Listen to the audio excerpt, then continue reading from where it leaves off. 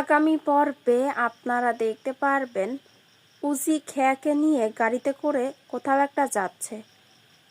গাড়ি চালাচ্ছে ছদ্মবেশী সায়ন্তন।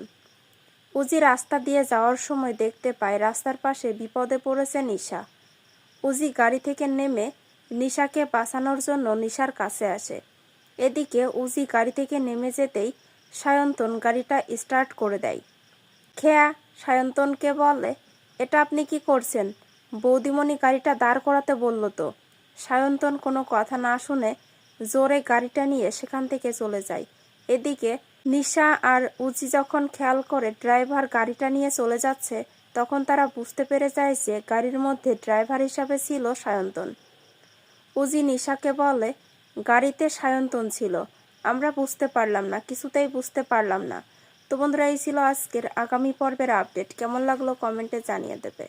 পরবর্তী আপডেট দেখার জন্য চ্যানেলটি সাবস্ক্রাইব করো।